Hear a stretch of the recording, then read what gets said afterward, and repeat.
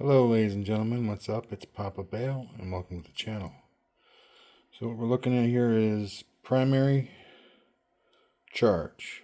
Two batteries, and here they go. Two batteries. We got primary and charge. This is an SSG circuit. I'm not going to say it's Bedini SSG because it's a 4-mag rotor. There are subtlety differences.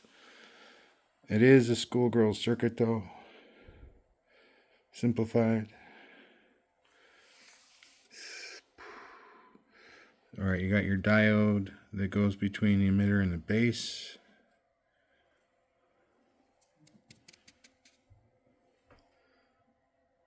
Yeah, right there.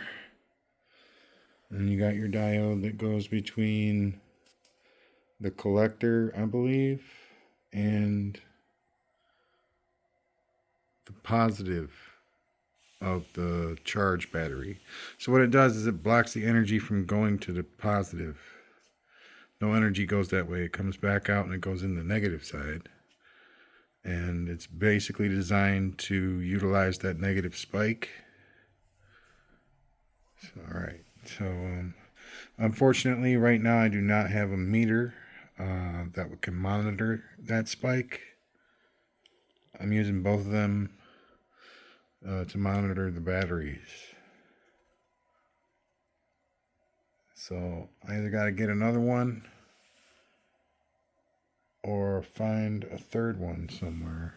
I might know where one is, but we'll worry about that in a little bit.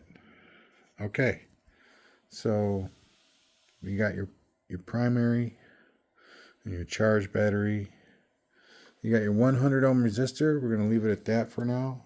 The coil is a trifilar coil with 32 gauge as the base strand. It's got an iron powder core, 18 gauge is the drive, and 20 gauge is the trifilar.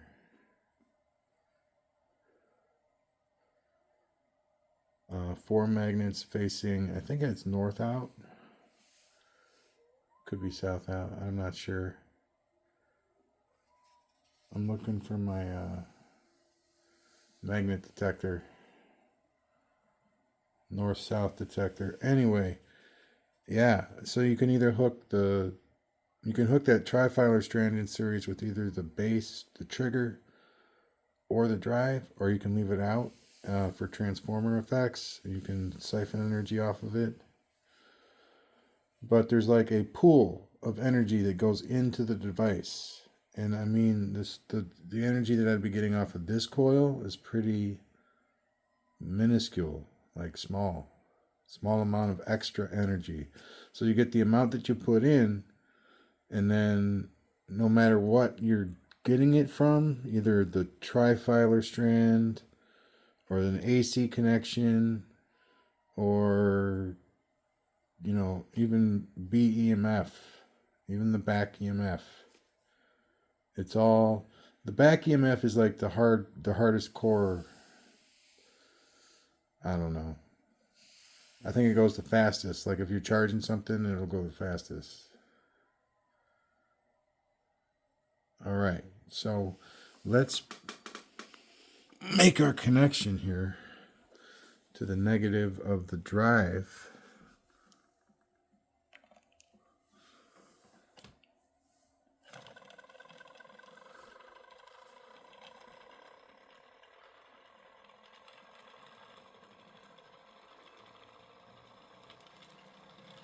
Hell yeah.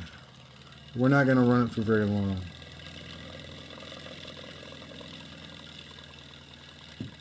Just showing you that it works. And that 18 gauge drive is like way too much. So I'm thinking I'm either going to change it to the 20 gauge strand or I'm going to combine the two. But then it's not going to generate as good as it could, because if the bifilar, it's supposed to be a bifilar for one, so that the trigger strand and the drive coil are the same length and therefore have the transformer effect through the whole coil.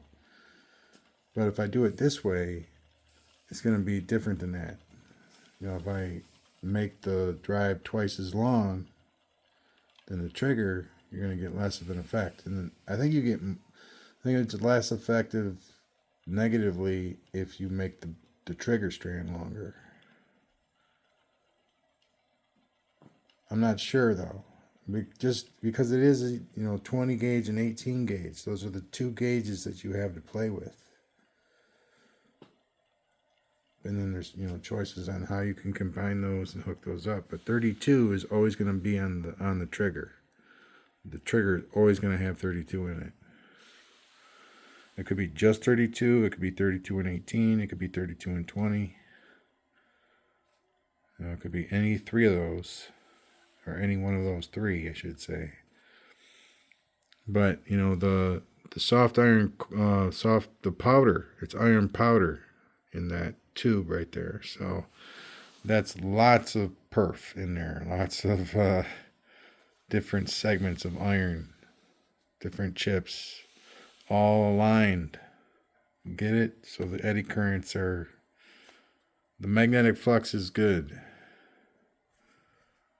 At least that's what I think, man. I think powder is great way to get that done.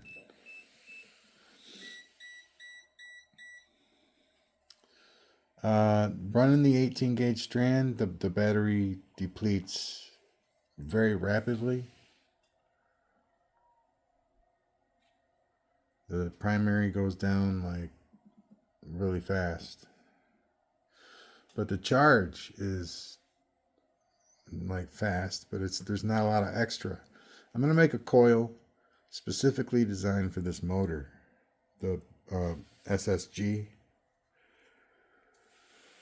It's gonna look something like that, maybe a little bit bigger on the radius, and then it's gonna be 2 inches, 2.5 inch depth, and a little bit bigger than this, so a little bit bigger than that. I mean, logic leads you to 24, but I don't have any 24. What I do have is 20. I have 20, I have 26, and I have 28, and I have 30. So, man, I'm not sure. Not sure whether I should just get some 24 as soon as I can. But, I kind of want to make it out of 20 because 20 is like powerful. I'm going to switch it up real quick to the 20 gauge strand instead of the 18. I'll be right back. All right, 20 gauge strand test on the SSG going right now. Here we go.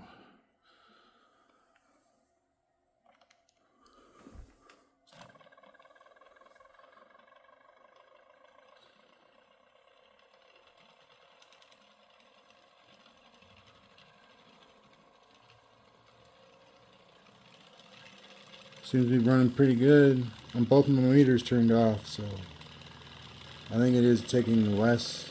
So.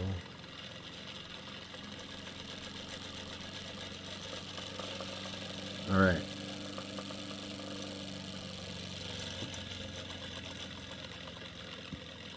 Sweet. I gotta fasten that maglev onto the base, and maybe the base onto the table somehow. Duct tape it all the way around the thing, and just tape it to the table. So this is SSG, and it's running like a champ. Let me check the charge battery real quick. Yeah, I think it likes the 20 gauge better. We got a 100 ohm resistor. We got two UF 4007s.